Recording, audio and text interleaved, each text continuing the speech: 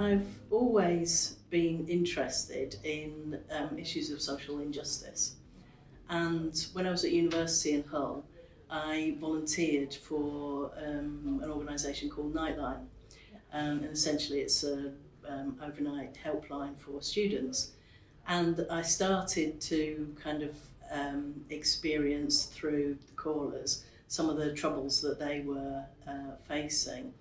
And that led me into wanting to work in the voluntary sector. So after university, I got a job with victim support. And as part of that, I met lots and lots of women who were in violent relationships and struggling to escape violent relationships. And that really started to drive me towards expanding that area of work for me and pursuing a career in that road, because I feel compassion for those women, but I also feel incandescent fury that we're in the 21st century and women are still in those situations. And that's part of what drives me and what is a long-term motivator. So there's lots of stories that I've been privileged to be part of where women have taken the enormously brave step of leaving a violent relationship, and it's so rewarding to be part of helping that woman to do that. But underpinning it is also the anger of, but why is this happening to the next woman? So that's what drew me into it, and that's what absolutely keeps me going.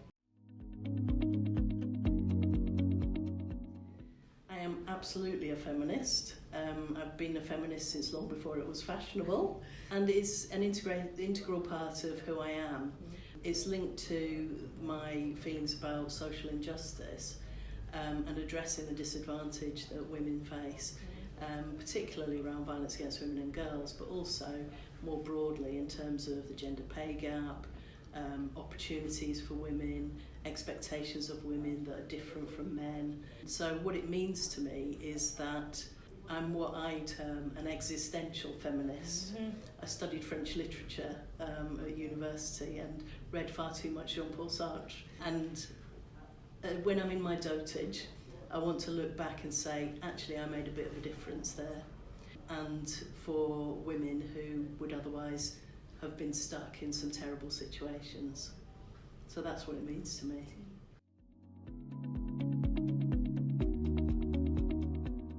Yes, so that's suffragette colours. Yes, of course. And it's an absolute overt statement that we're a feminist organisation that wants to acknowledge and honour what the suffragettes did for women at the beginning of the 20th century and the continued efforts to redress the disadvantage that women feel. So that's the philosophical reason why it's purple. The very practical reason, when we painted it purple, meant that everybody knew where it was. You can get in a taxi anywhere in Hull and say, take me to the Purple House, and they know exactly where you need to go.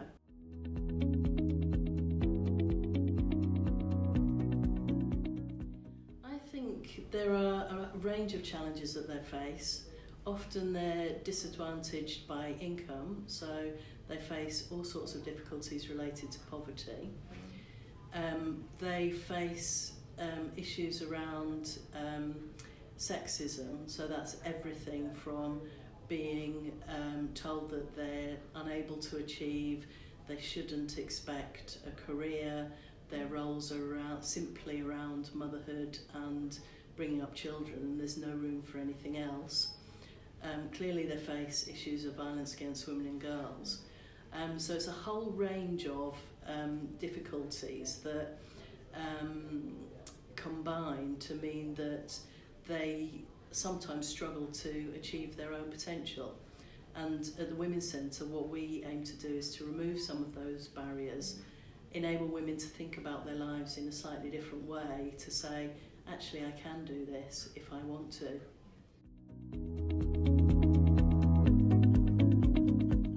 So the Women's Centre originated as part of a regeneration scheme, a New Deal for Communities regeneration scheme. And local women said, we want a space for ourselves, these are the issues that we're facing. And I was employed as the project leader at the time and set about saying, okay, well, we can do this around this issue, this around the next issue, and everything we do has come from a need that's been identified by the women. So the holistic environment didn't happen overnight, but it's been created and evolved over time and will continue to evolve as women tell us what they need. Housing is a fundamental need for everybody, but for women that we come into contact with. It's part of the whole hierarchy of needs that we all experience. So shelter, warmth, safe place to be enables women then to think, right, what next? You know, deal with practical issues, then start to think about developmental issues. If we get the housing right, particularly for women fleeing violence and abuse, they're safe, they can take a breath, recover, and then start to rebuild their lives. And that also came about through need that women identified with us, because when they were fleeing violent relationships, they were being offered the worst properties in the worst areas, run down, isolated, and it just wasn't a place to make a home. So we felt that we could do it better, and that's what prompted us to set about acquiring the properties.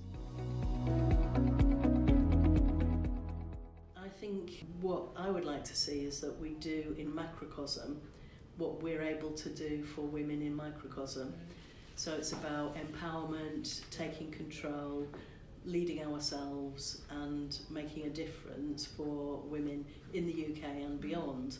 And I think the sector has sometimes suffered from the societal environment in that there are constraints around funding, there are constraints around standards, monitoring associated with contracts, all of those things, where the state determines what women's services should look like and should deliver. I think the sector needs to say, no, actually, hang on a minute, we're going to empower ourselves through sustainable finance to determine for ourselves what women want and how we're going to meet those needs.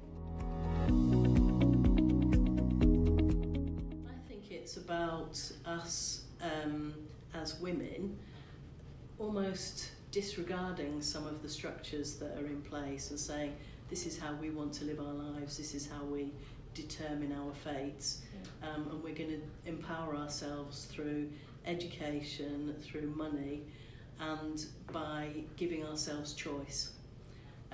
So whatever that looks like and however women want to define that, for me that's success.